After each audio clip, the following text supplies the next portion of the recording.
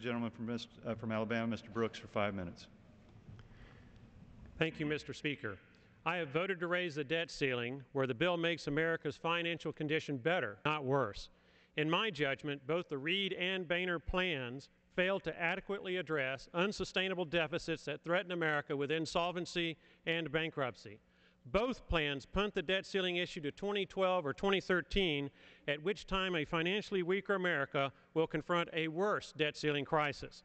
Both plans simply are not up to the seriousness of the financial challenges America faces. Washington must put 2012 election considerations aside and put America's interests first and foremost now. Congress and the White House can and must do better now. America deserves better now. And quite frankly, we have no choice but to do better now. Years of spending binges by the federal government have come home to roost. America's debt exceeds $14 trillion.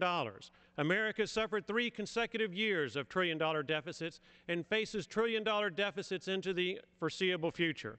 Annual deficits and accumulated debt force America to confront 2 major financial threats, both with one common cause: unsustainable budget deficits.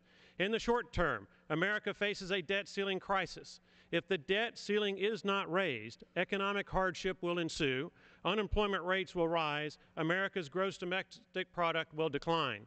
Over a longer term, however, America faces a larger, more serious debt crisis. If trillion-dollar deficits continue to run rampant, America's insolvency and bankruptcy is certain, which risk America's national defense capabilities, Social Security, Medicare, Medicaid, NASA, and everything else that the government provides. The question is not whether Congress will raise the debt ceiling. The question is when and how. I have already voted to raise the debt ceiling $2.4 trillion via the cut, cap, and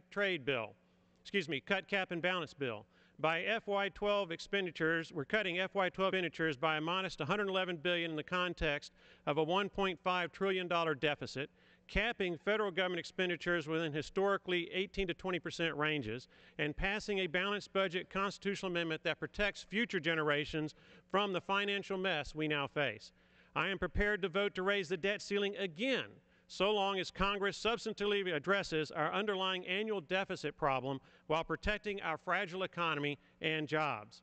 As best I can with the limited and changing information available, I have examined both the Boehner and Reid plans. While they differ in many respects, they also share common concepts. Neither plan purports to immediately raise taxes. Neither plan cuts spending in FY 2012 or 2013 as much as 5% of this year's $1.5 trillion deficit. Neither plan eliminates annual trillion-dollar deficits into the foreseeable future. Both plans raise the debt ceiling by $1 to $2.7 trillion.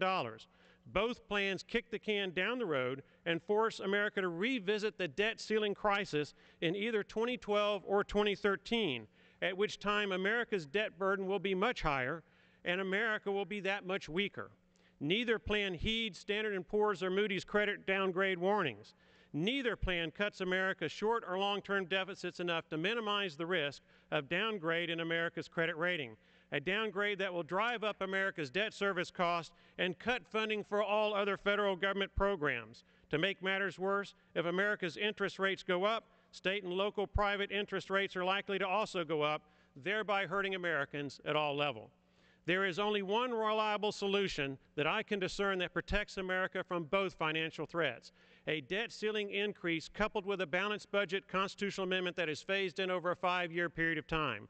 Inasmuch as constitutional amendments often take years to pass, time that America does not have, the first step must be to raise the debt ceiling when Congress passes a substantive balanced budget constitutional amendment.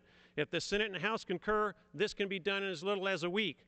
The second step, equally important, raises the rest of the debt ceiling when the states ratify the proposed balanced budget amendment, thus giving states a needed incentive to ratify the balanced budget amendment in less than 1 year. This approach solves both financial threats. Quite frankly, Mr. Speaker, I pray that Washington has the strength to do what it must before it is too late.